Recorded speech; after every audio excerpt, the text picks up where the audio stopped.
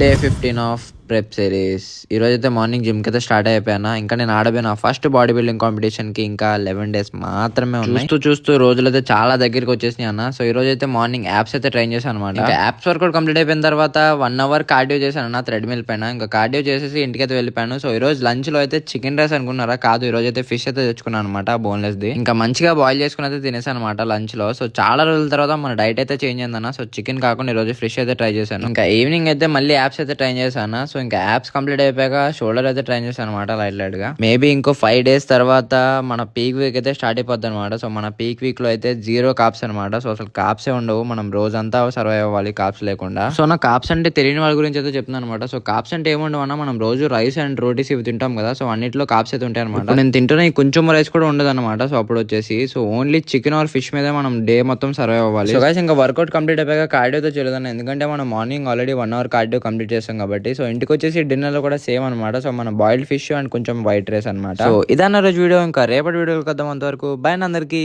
Bye.